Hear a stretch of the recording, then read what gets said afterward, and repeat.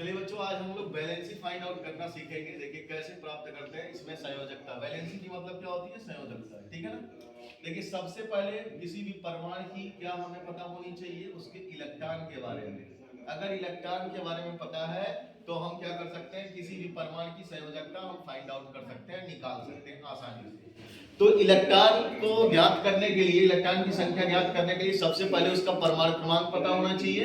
तो देखिए हम एग्जांपल लेते हैं, सोडियम का लिए है एग्जांपल। यहाँ पे सोडियम जो परमाणु है उसका परमाणु क्रमांक क्या होता है बच्चों?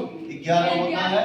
अगर सोडियम का परमाणु क्रमांक हमें 11 पता है तो हमें ये भी पता होना चाहिए कि सोडियम उदासीन परमाणु है कि उसपे आयन है या चार्ज है किसी प्रकार का, प्लस या माइनस।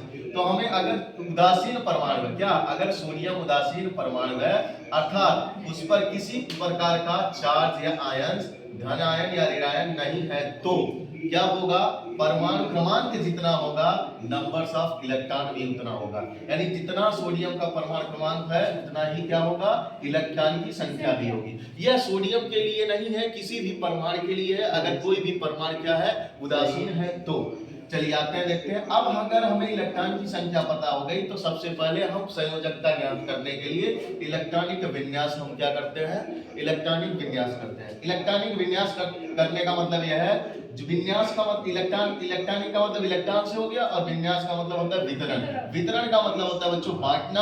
अब बांटने का मतलब किसमें बांटना होता है? कक्षक में, कोष में, उपकोष में, यानी इन सभी में इलेक्ट्रॉनों का वितरण करते हैं। जैसे आप सभी को अगर बोला जाए कि मिठाइयों का वितरण सभी बच्चों में करना, उसी प्रकार इलेक्ट्रॉनों का वितरण कक्षक, कोष और उपकोष में करना है, ठीक है। जब हम इसमें करेंगे तो यही हमारा इलेक्ट्रॉनिक विन्यास कहलाता है। तो देखिए इलेक्ट्रॉनिक विन्यास की अंग्रेजी होती है electronic configuration. Numbers of electron sodium का पता है, हम इसके अनुसार इलेक्ट्रॉनिक विन्यास कर सकते हैं। देखिए सोडियम का इलेक्ट्रॉनिक विन्यास 2 8 1 होता है। ये पहली कक्षा है, दूसरी कक्षा है, तीसरी कक्षा है। तो हमें इसमें किसी प्रकार का ये नहीं दिखाना इसमें कितने कोष हैं या कितने कक्षक हैं, सिर्फ हमको ये ध्यान में रखना है बाहरी कक्षक में कितने इलेक्ट्रॉन हैं। बाहरी कक्षक में उपस्थित इलेक्ट्रॉन की संख्या जो होती है सोडियम की कितनी है? 1 है। अब हमें एक मालूम हो गया, लेकिन हम कैसे पता कर सकते हैं कि इसकी संयोजकता 1 होगी कि कितनी होगी? तो हमें एक चीज, 2 नियम याद करना होगा। 2-3 पॉइंट जो है उसको जानकारी अगर होगी तो हम संयोजकता आसानी से बता सकते हैं। किसी भी परमाणु के इलेक्ट्रॉनिक विन्यास के अनुसार उसके बाहरी कक्षक में उपस्थित इलेक्ट्रॉनों की संख्या उसकी संयोजकता का क्या करती है? निर्धारण करती है।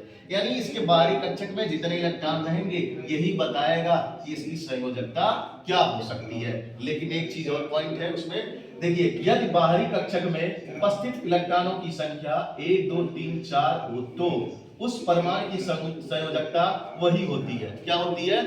अगर किसी भी परमाणु में उसकी बाहरी कक्षक में उपस्थित इलेक्ट्रॉनों की संख्या कितनी हो? 1 2 3 4 हो तो उसकी संयोजकता क्या हो जाती है? वही हो जाती है जो 1 2 3 4 रहेगा। अगर 1 इलेक्ट्रॉन है तो उसकी संयोजकता 1 होगी, 2 इलेक्ट्रॉन है तो उसकी संयोजकता 2 होगी उस परमाणु की।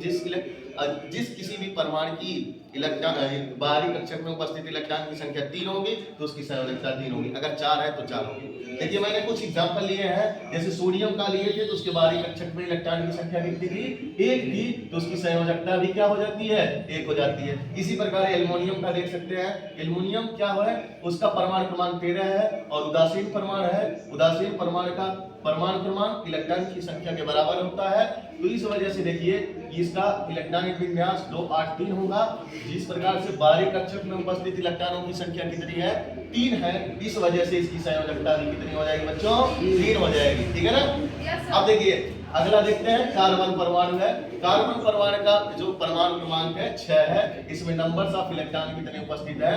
6 है। इसका इलेक्ट्रॉनिक कॉन्फ़िगरेशन करेंगे तो 2 और 4। पहली कक्षक में 2 होगा और दूसरी कक्षक में या जो बाहरी वाला कक्षक है इसमें इलेक्ट्रॉन की संख्या कम से कम कितनी है? 4 है।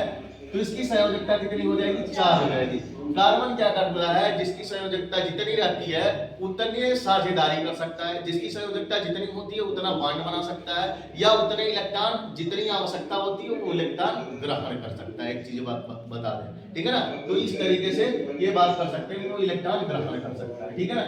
इसी प्रकार से मैं एक चीज और बता दूं इसी में, जिसके बाहरी कक्षक में जितने इलेक्ट्रॉन होते हैं, बाहरी कक्षक में कितने इलेक्ट्रॉन होते हैं, जितने इलेक्ट्रॉन होंगे वही उसकी संयोजी इलेक्ट्रॉन होते हैं। संयोजी इलेक्ट्रॉन का मतलब साझेदारी के इलेक्ट्रॉन, यानी पेयर्स ऑफ इलेक्ट्रॉन बोला जाता है। लेकिन ये 1 से 4 तक ही नहीं हो सकते हैं साझेदारी के इलेक्ट्रॉन, ये 1 से 7 तक हो सकते हैं, ठीक है ना, 1 से 7 तक। यानी अधिकतम संख्या कम से कम कितनी संख्या होनी चाहिए हमारे बाहरी कक्षक में, 8 इलेक्ट्रॉन होने चाहिए, तो 1 से 7 तक हो सकते हैं, ठीक है ना।